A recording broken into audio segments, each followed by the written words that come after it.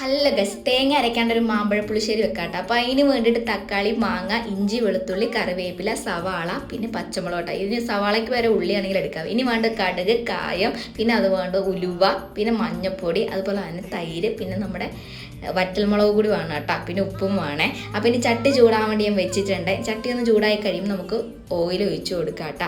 ഇനി ഓയിലിൻ്റെ അകത്തേക്ക് നമുക്ക് കടുകും ഉലുവായും ഇട്ട് ഒന്ന് പൊട്ടിച്ചെടുക്കാവേ. അതിൻ്റെ കൂടെ തന്നെ നമുക്ക് വറ്റൽമുളകും കൂടി ചേർക്കാം കേട്ടോ. ഇനി നമുക്ക് സവാള അരിഞ്ഞ് വെച്ചിങ്ങനെ ചേർത്തോളൂ. ഇതിന് പകരം ഉള്ളിയാണെങ്കിൽ നിങ്ങൾക്ക് ചേർക്കാം കേട്ടോ.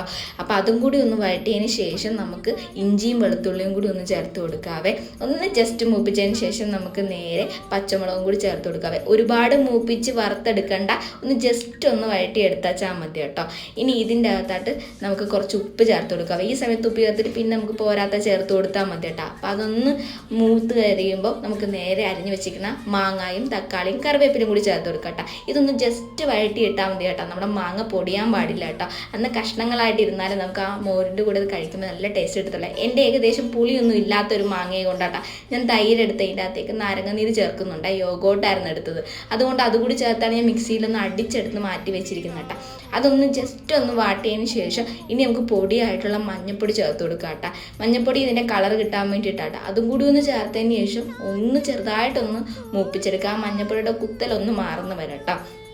അതും കൂടി ഒന്ന് വഴറ്റിയതിന് ശേഷം ഇനി നമ്മൾ അടിച്ച് വെച്ചിരിക്കുന്ന തൈര് ചേർക്കാം കേട്ടോ. നിങ്ങൾക്ക് തൈരിന് പുളി ഉണ്ടെങ്കിൽ അങ്ങനെ ചേർക്കണമെന്നില്ല, പിന്നെ മാങ്ങയ്ക്കും പുളി ഉണ്ടെങ്കിൽ ചേർക്കണമെന്നില്ല കേട്ടോ.